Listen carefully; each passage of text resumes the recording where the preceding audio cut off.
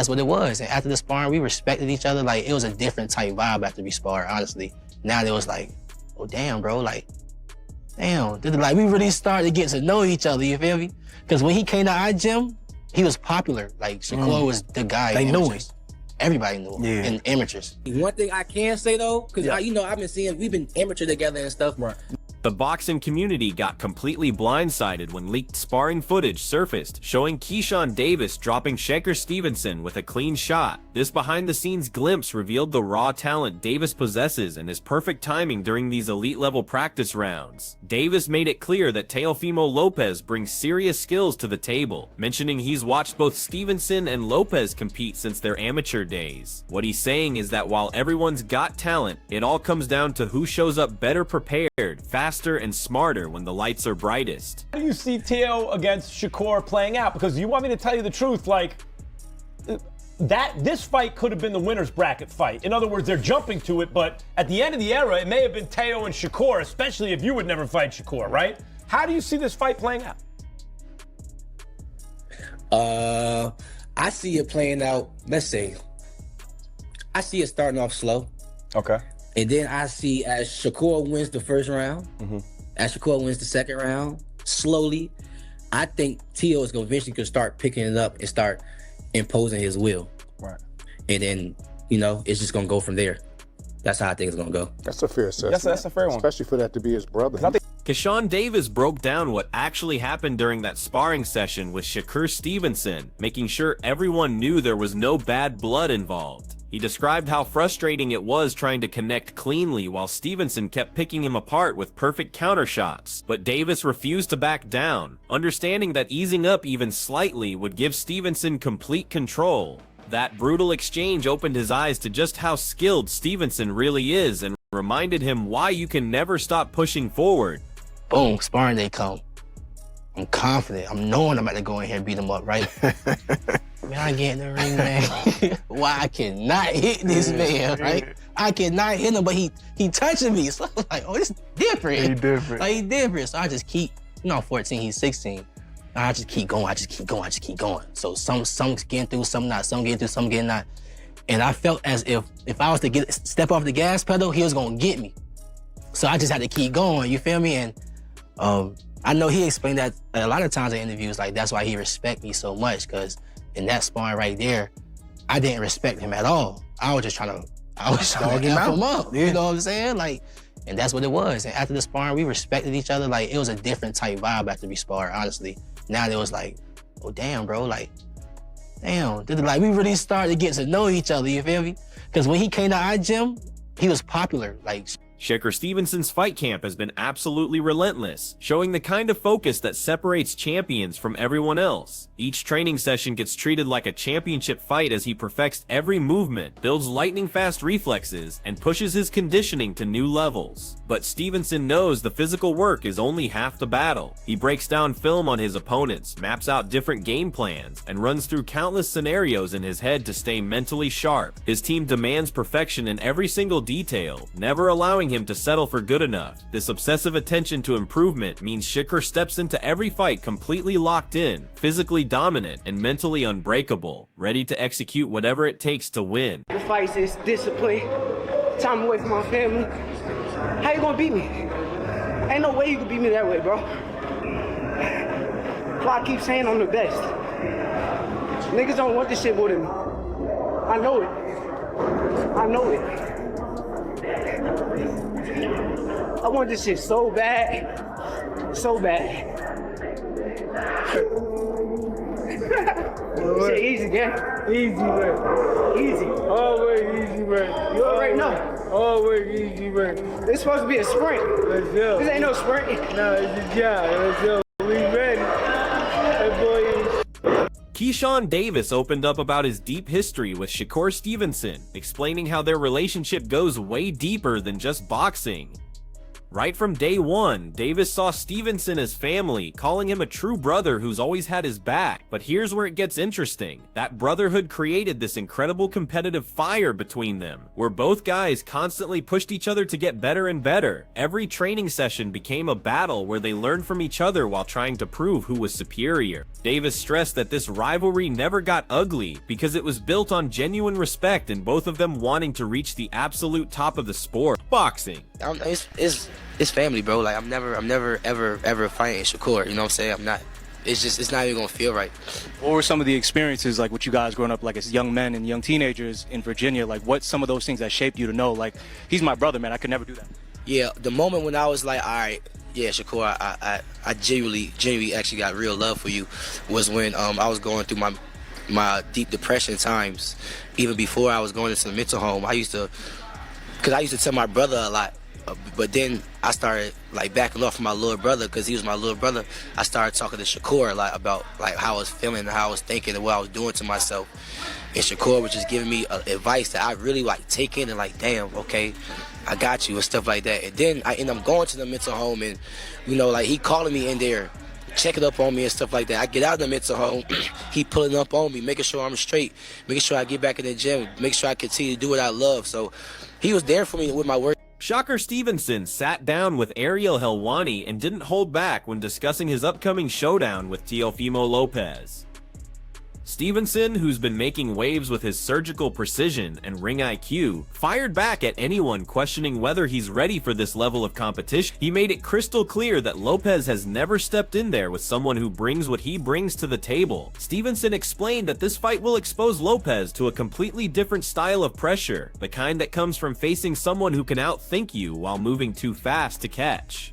Rather than getting caught up in all the media noise, Shakur stayed focused on what matters most: proper preparation, flawless execution, and proving he belongs among boxing's elite. His confidence wasn't just talk, it came from a genuine understanding of what it takes to break down someone with Lopez's power and reputation. Stevenson went deeper into why he won't change his approach just to satisfy critics or create more excitement for casual fans. His plan involves using precise distance control, perfect timing, and calculated pacing to expose every weakness Lopez might show. By staying cool under pressure and applying his superior boxing brain, Stevenson plans to control every minute of every round from start to finish. This measured approach shows just how much Stevenson has matured as a fighter and proves why experts consider him one of the smartest young talents the sport has seen in years.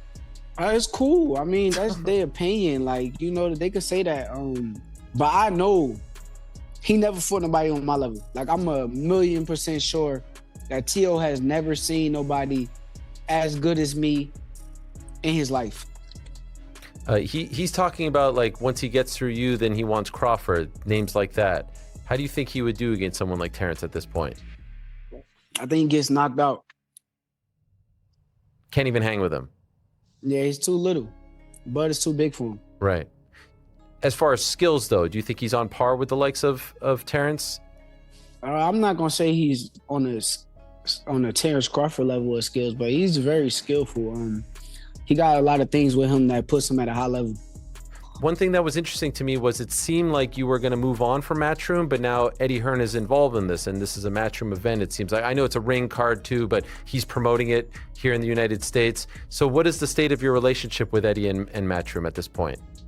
Eddie's my guy. I'm actually not signed to Matchroom, but he's my guy. I'm a big fan of Eddie Hearn, and nothing but respect to him. But I'm glad he's the promoter that's on this card. I'm glad to share the spotlight with his promotional company. So if he's your guy, how come you're not signed to Matchroom? I mean, it's just business. If it makes sense, then I will. You know, if it come down to it and that's what makes sense, then we'll do it. But right now, I don't think it makes sense. Okay, so are you just more of like your own man at this point? Your own entity?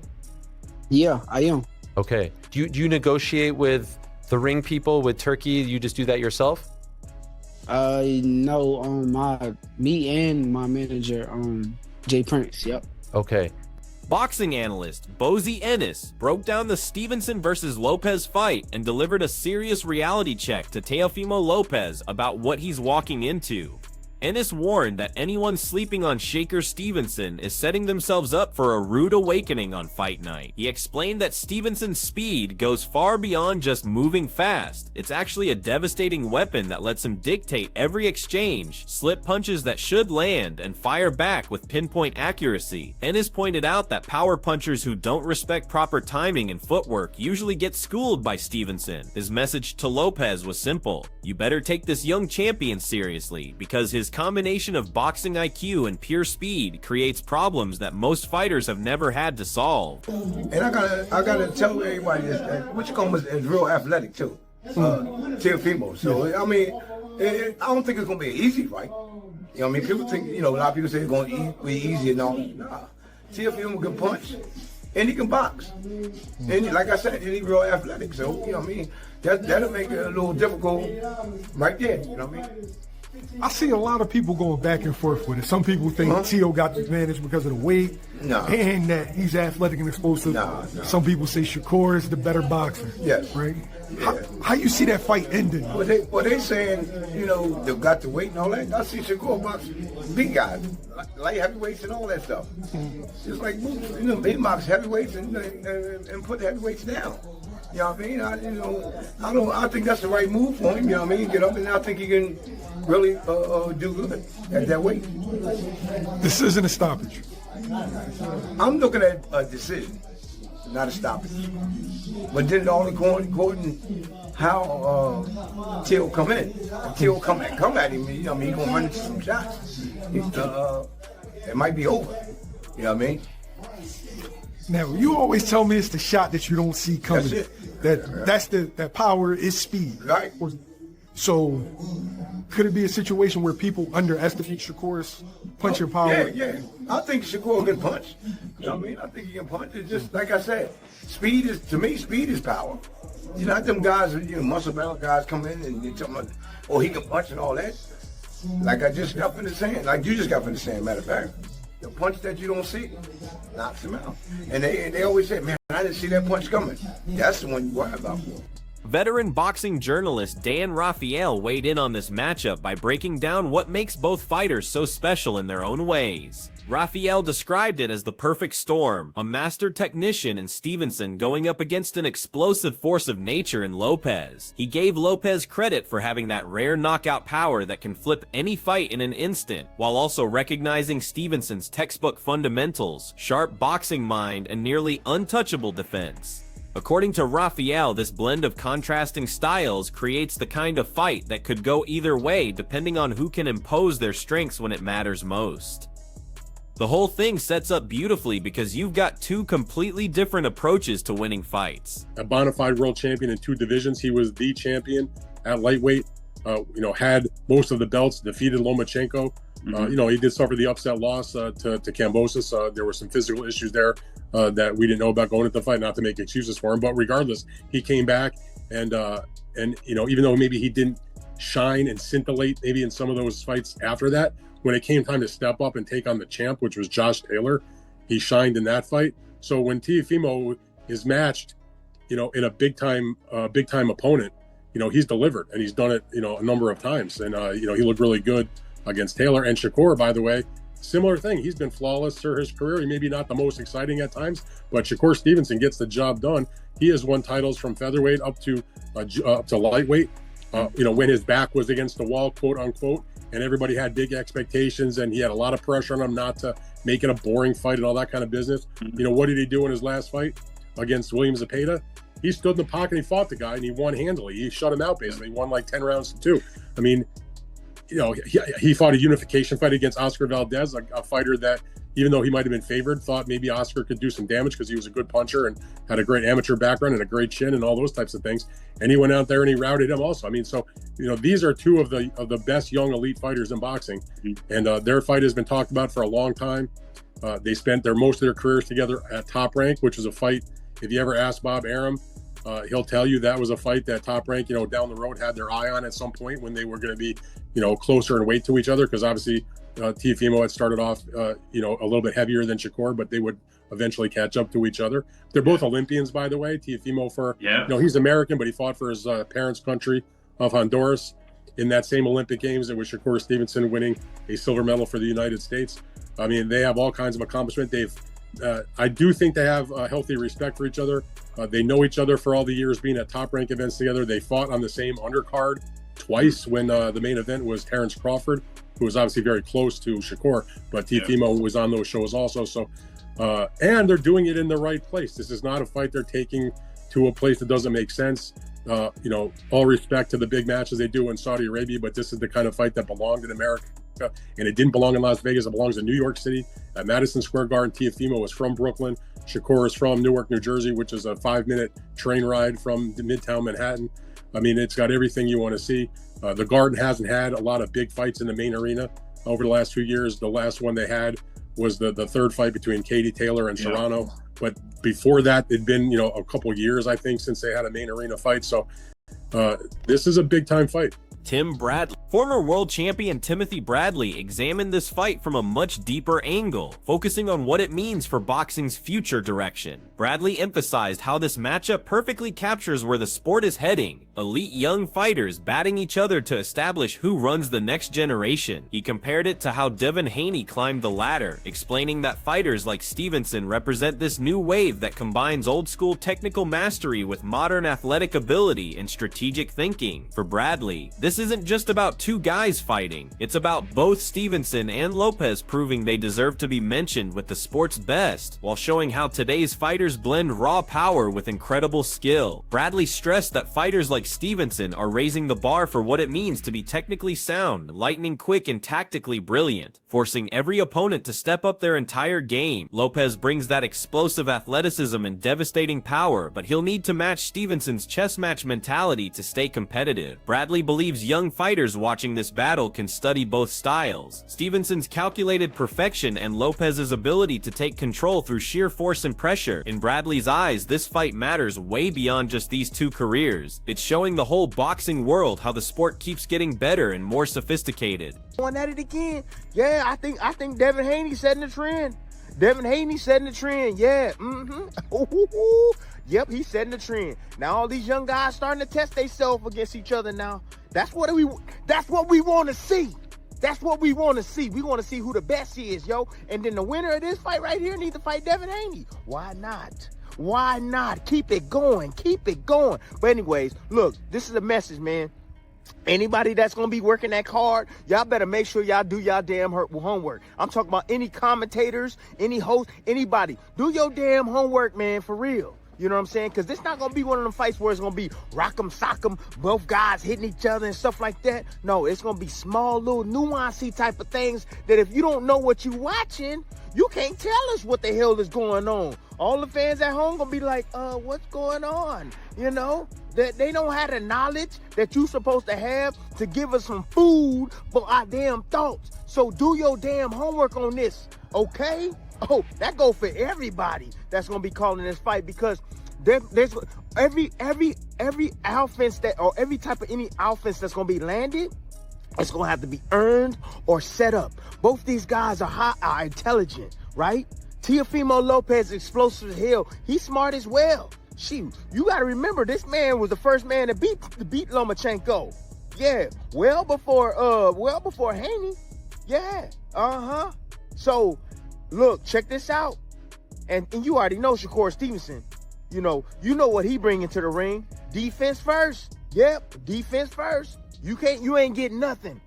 I'm gonna get mine when I get mine and when I want to get mine, but you ain't getting nothing. So look, y'all might perceive this fight as being boring and this and that. This gonna be one hell of a technical battle that I can't wait to see.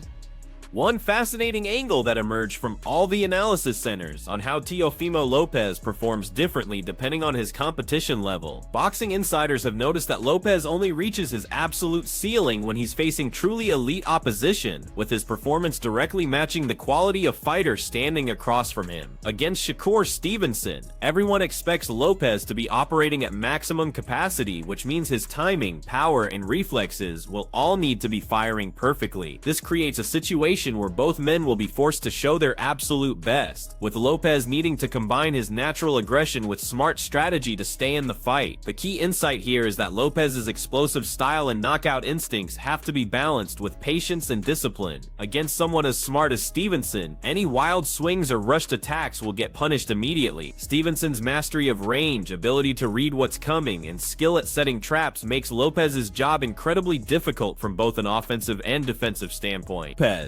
Teofimo Lopez needs opponents like Shakur Stevenson because they are elite fighters. He needs that to bring out the very best in him. I just can't see how it's possible that whilst Teofimo, we've seen a ceiling with him in terms of he's been beaten by certain opponents, we know that he can lose in the ring, but I don't know if that's a genuine ceiling, because I think that his ceiling is actually one of the most changeable in boxing based on who's in front of him. And so actually, I think there's a very, very good chance we're going to see the best possible version of Teofimo Lopez in the ring against Shakur Stevenson. But we should talk about Shakur Stevenson before we get into the nuts and bolts of the fight, what it might look like, and why it is so risky for both men.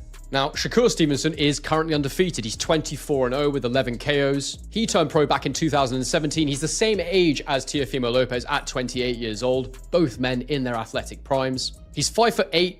I mean, these are on paper heights, so potentially a little bit shorter. He could even be a bit taller than Teofimo Lopez. I really need to see them next to each other. That's it for today's video. Stay tuned until next time.